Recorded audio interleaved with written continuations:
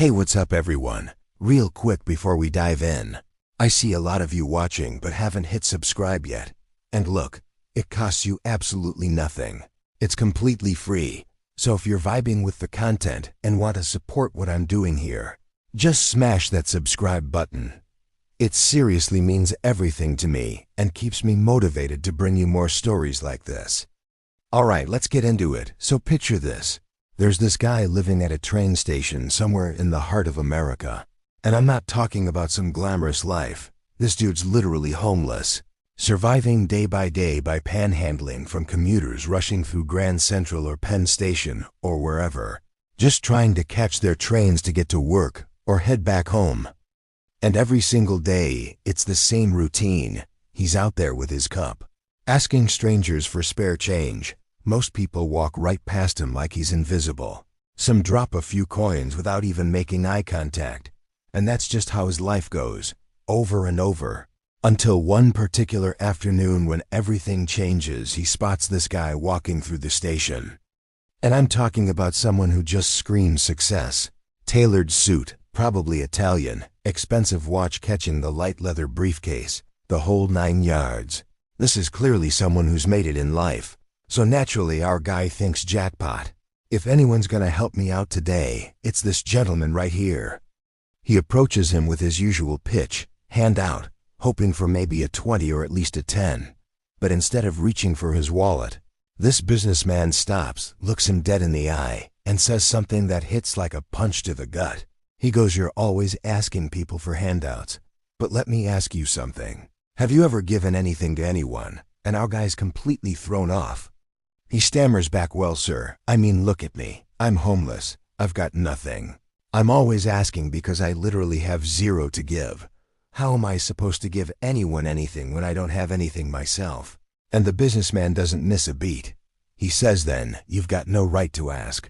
Listen, I didn't get where I am by just taking from people. I'm in business, and business runs on one fundamental principle.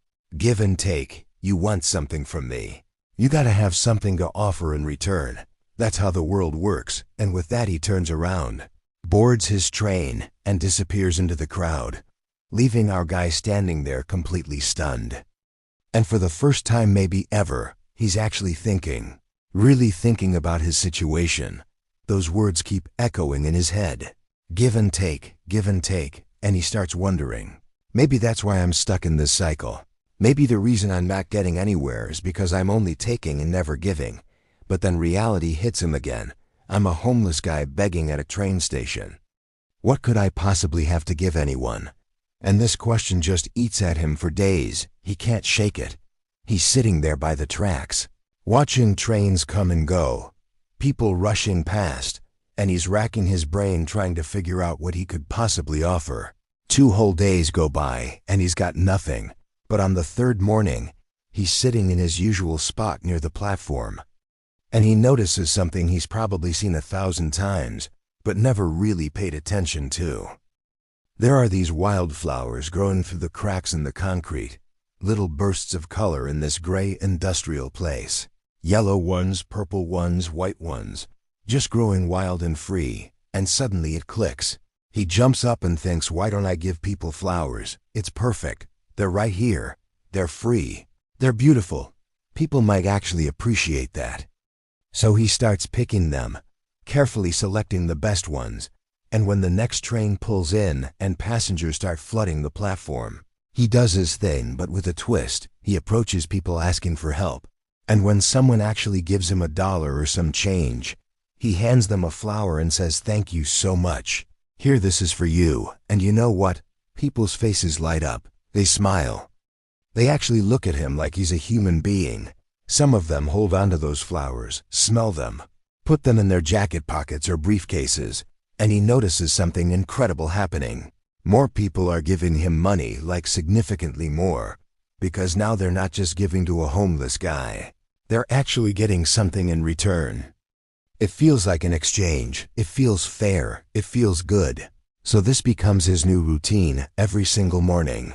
He's out there picking fresh flowers, and every day he's handing them out with every donation he receives, and his income actually increases.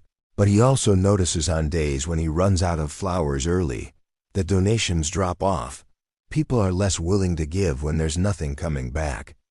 Then one day, maybe a month or two later, he's working his way through a crowded train car, and he spots him, the same businessman who changed his perspective. And this time our guy's ready. He walks right up to him with confidence and says, "Sir, remember me. You told me I needed to give before I could receive. Well, today I've got something for you. If you can spare some change, I'll give you these beautiful flowers." And the businessman's face breaks into this huge smile. He reaches into his wallet, pulls out a $20 bill, takes the flowers, and says, "Now that's what I'm talking about. You get it now. You're not a beggar anymore, my friend. You're an entrepreneur. You're a businessman just like me." And he walks away. But those words hit even harder than the first time. And something just explodes in our guy's mind. He steps off that train, walks out onto the platform, looks up at the sky, and literally shouts at the top of his lungs, "I'm not homeless. I'm not a beggar. I'm a businessman. I can build something. I can actually make it." People around him probably think he's lost his mind. Some are staring, some are backing away, but he doesn't care because for the first time in probably years he sees a future. He sees possibility, and right then and there he makes a decision. He's going to take this seriously, really seriously. So instead of just picking random wildflowers, he starts thinking strategically. He uses the money he makes to buy actual flower bunches from wholesale markets early in the morning. He learns which flowers people like best. Roses, tulips, sunflowers. He figures out which commuter rushes are the busiest, which platforms have the most foot traffic. He starts treating this like an actual business because that's what it is. And slowly, week by week, month by month, his operation grows. He's making enough to rent a tiny room, nothing fancy but it's shelter. He buys better clothes from thrift stores, so he looks more presentable. He invests every extra dollar back into buying more inventory, diversifying his selection, and people start recognizing him. Not as that homeless guy, but as the flower guy. The guy who always has a smile and fresh flowers at the station. And 6 months later, same station, same platforms. But everything's different. Two well-dressed businessmen are waiting for their train, both looking sharp in their suits. And one of them looks at the other, extends his hand and says, "Hey, don't I know you from somewhere?" And the other guy looks confused, says, "I don't think so. I don't recognize you." And the first guy smiles and says, "We've actually met twice before. First time you refused to give me anything. Second time you bought flowers from me for $20. And the second guy's eyes go wide. "Wait, you're that homeless guy from the station, but you look completely different. What happened? What are you doing now?" And the first guy, who's now wearing a sharp suit himself, says, "Yeah, that was me, but I'm not that guy anymore. Today I own a wholesale flower distribution company. I've got contracts with florists all over the tri-state area. I'm actually heading to Chicago right now to meet with some new clients, and I owe it all to you, to that conversation we had. You taught me the most valuable lesson I've ever learned. You only get what you give." That principle completely transformed how I saw myself. I realized I was never actually a beggar. I was always an entrepreneur. I just didn't know it yet. Those people weren't giving me charity. They were customers paying for a product. Once I understood that, everything changed. I stopped thinking small. I stopped limiting myself. I reinvested everything, scaled up, and built something real. And now both men are smiling, shaking hands like equals, and they board their trains going to their respective business meetings. And here's the thing. This story isn't just some feel-good tale. It's about something way deeper. It's about how the stories we tell ourselves become our reality. That guy could have stayed stuck in the identity of being homeless, being a victim, being someone life happened to. But instead he chose to rewrite his story. He chose to see himself differently. And that internal shift created an external transformation. Because here's the truth. We live in a world that operates on reciprocity, on exchange, on mutual value creation. When you only take, you put yourself in a powerless position. You're dependent on other people's generosity, their mood, their willingness to help. But when you give, When you create value, when you offer something, you become powerful. You become someone people want to engage with. And it doesn't matter where you're starting from. It doesn't matter how little you think you have. There's always something you can give. Maybe it's flowers like this guy. Maybe it's your time, your skills, your knowledge, your energy, your positivity, your creativity, whatever it is. The moment you shift from a taking mindset to a giving mindset, opportunities start appearing that weren't there before. And the other massive lesson here is about identity, about how you define yourself. As long as that guy saw himself as just a homeless beggar, that's exactly what he remained.